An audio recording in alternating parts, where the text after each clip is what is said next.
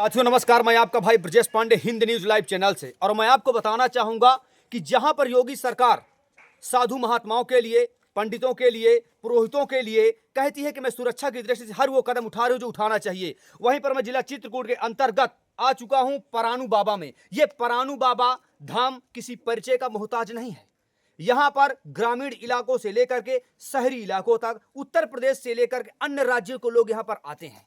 कहते हैं किसी न किसी प्रकार से योगी सरकार जो लालापुर जैसे मंदिर के लिए सौंदर्यीकरण के लिए, कामदगिरी के मंदिर के सौंदर्यीकरण के लिए, वो उत्तर प्रदेश के नाना प्रकार के तीर्थ स्थलों के सौंदर्यीकरण के लिए पैसा खर्चा कर रही है। परंतु मैं पूछूंगा यहां से महात्माओं से कि परानू बाबा मंदिर के लिए कितना विकास हुआ, परानू बाबा मंदिर के लिए योगी सरकार ने कितना पैसा खर्चा किया, परानू बाबा मंदिर के विकास के लिए उसने कितना नजर रखा, परानू बाबा मंदिर के लिए उसकी दृष्टियां यहां पर कितनी तेज हैं, मैं दिखाना चाहूंगा। महंत जी, क्या नाम है आपका? हमारा जंगलदास बाबा। ये बताइए कि जंगलदास बाबा आपका नाम है। इस घने जंगल पर रह करके आप किसी न किसी प्रकार से परानू बाबा के साथ रहते हैं, पूजा आराधना करते हैं, आप कितना सुरक्षित हैं ये बताइए। आपको खतरा है या फिर आप सुरक्षित हैं ये बताइए। अब यहाँ खतरा तो रहते हैं। किस प्रकार का खतरा रहता है? हम अकेले यहाँ रहते हैं, 2 आदमी हम लोग। 2 लोग रहते हैं। हाँ, रात में यहीं पर रहते हैं। रात बिजली पानी की व्यवस्था है? हमारे है पर अपना शान पसान है तीजा में।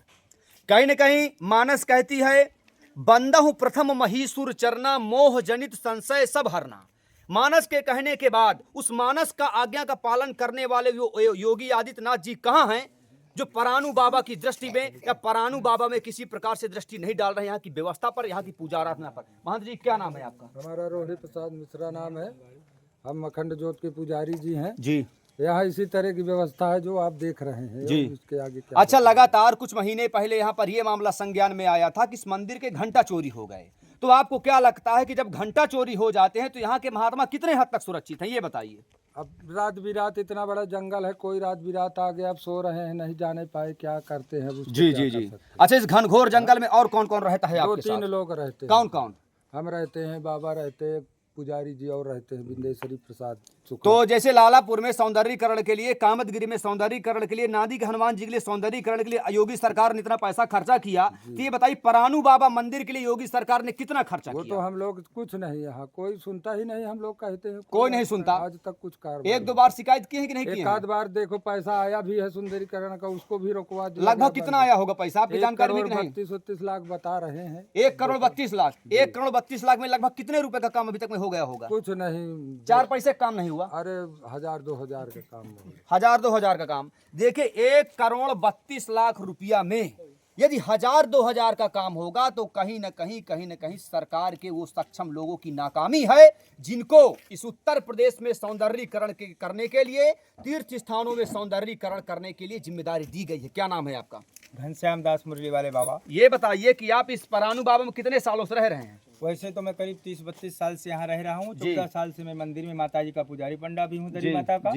उन्हीं के दरबार में रहता हूँ। दरबार का जो टूटा फूटा कार्य रहता है, जो मुझसे हो पाता है, भाई मैं कहीं से शुल्क तो पाता नहीं। जी जी। जो मंदिर में मुझे 2 पैसा मिलता है, उसी से जल की, लाइट की, जो मुझसे हो सकी व्यवस्था, झाड़ बटोर की, साफ सफाई की, उसी के द्वारा मैं ये रखता हूँ। अच्छा, मंदिर में जल की व्यवस्था कहाँ से आती है? जल की व्यवस्था कहाँ से है? अब जैसे मुख्य रूप से जल की व्यवस्था इस समय पैनल पर निर्भर है जी। अब दक्षिण साइड वाला जो मंत्री जी का पैनल करवाया हुआ है, जी, जी, जी। आज 2-3 महीना से वो बिगड़ा है, 4 महीना से, बल्कि 2-3 बार मैं शिकायत भी कर चुका। तो किससे शिकायत की है अभी तक? शिकायत किया कंपनी वालों के पास में, जिनका नंबर था, जो लगवा गए थे। जी जी। उनसे शिकायत किया, कहा स्क्रीन शॉट भेजिए, मैं भेज भी चुका। स्क्रीन शॉट भेजने तक वो कहते हैं कि भेज दीजिए, इसके बाद ना कोई यहाँ तलक आया है ना आता है कोई। यहाँ तलक कि मैं विधायक जी से भी कहा, स्वयं सामने सामना कहा, लेकिन आज तलक कोई ये बन नहीं पाया। दूसरी बात, आरओ यहाँ जो लगा है विधायक सांसद निधि से, वो भी आज 9 महीने से बिगड़ा पड़ा हुआ है। ऐसा कोई नेता यहाँ पर नहीं आया जिससे मैं ना बताया हो उसके बारे में। जो भी बीजेपी के कार्यकर्ता हैं क्षेत्र में, उनसे भी मैं कई लोगों से ये बातचीत कर चुका हूँ। मेरे रहते ही फ़ोन लगाते हैं, लेकिन बाद में यहाँ आता कोई नहीं। और मैं पैसा भी दूँ अगर चाहूँ कि बनवा लूँ, तो जब मिस्त्री मेरे पास नहीं है, 2 बार मैं मिस्त्री बुलाया, ये गाँव के जो बिजली लाइट वाले हैं हमारे गाँव के, तो उनको मैं 2 बार बुलवाया, खुलवाया भी, लेकिन मैं उनको फिर रोक दिया कि भाई जो चीज़ के बारे में नहीं जानकारी, उसको उतनी दूर तक काम करना, भाई कोई चीज़ में कमी ना आवे। तो अब कोई मिस्त्री नहीं है, बताइए कैसे हम उसको बनवाएं।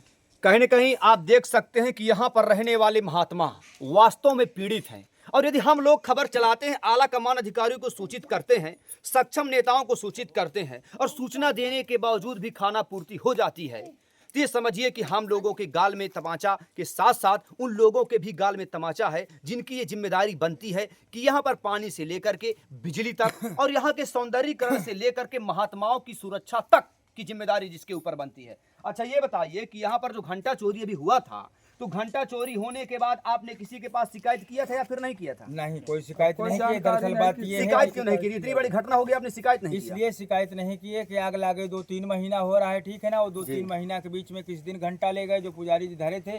हाँ, उनका भी धर्म बनता है कि हमारा डेरा कहाँ क्या है, उनके ऊपर भी तो लापरवाही है।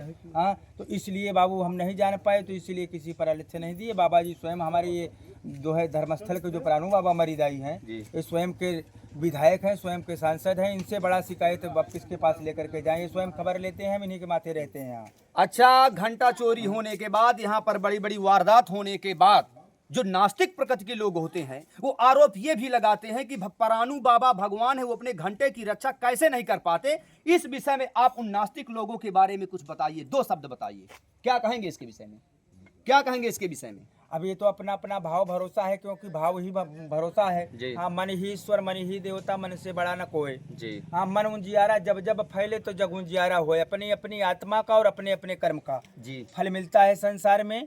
जो जैसा करता है, अगर चना बोता है तो चना ही काटता है, धान उसमें नहीं काटता। इसलिए मैं तो कर्म को ही सर्वश्रेष्ठ मानता हूँ।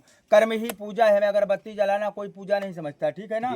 दरबार है ये प्राणु बाबा का चल रहा है। अगरबत्ती से बढ़ के वो पत्तल, अगरबत्ती तो कोई आकर के जलाएगा, लेकिन पत्तल कोई ना फेंकेगा, ठीक है ना। सबसे बड़ी पूजा हमारा पत्तल सुनिश्चित करना, यहाँ की साफ सफाई पर ध्यान देना, सबसे बड़ा हमारा धर्म यही है। देखिए, महात्मा जी ने कहा कि कर्म बहुत बड़ी चीज है। कहते हैं कर्म प्रधान विश्व रचि राखा, जो जस करहि सो तस फल चाखा। ये वो अलग बात है, लेकिन इसके बाद मैं परानु बाबा की ये सीन दिखाऊंगा। ये परानु बाबा की सीन है, ये किसी परिचय की मोहताज नहीं है। बावजूद इसके ना तो यहाँ के साधु महात्मा सुरक्षित हैं, ना तो यहाँ के लोग सुरक्षित हैं, ना तो यहाँ पर वो सामग्री सुरक्षित है, ना तो यहाँ पर वो देव स्थान की वो पूजा पाठ की सामग्री सुरक्षित हैं, जिनको सुरक्षित रहने के बाद इस परानु बाबा में सही ढंग से पूजा आराधना के साथ कहीं ना कहीं इन महात्माओं की सुरक्षा भी करनी चाहिए। मैं योगी सरकार से निवेदन करूंगा कि जिस प्रकार से हर प्रकार की देव स्थान की सौंदर्यीकरण करने के लिए सरकार पैसा देती है, ठीक उसी प्रकार से यहाँ पर सौंदर्यीकरण का पैसा भी देना चाहिए। ये दुर्भाग्य हमारे चित्रकूट जिले का कि यहाँ पर जब जब घंटों की चोरी होती है तब तब आज तक खुलासा नहीं हुआ। बने रहिए Brajesh Pandey Hind news live channel के साथ।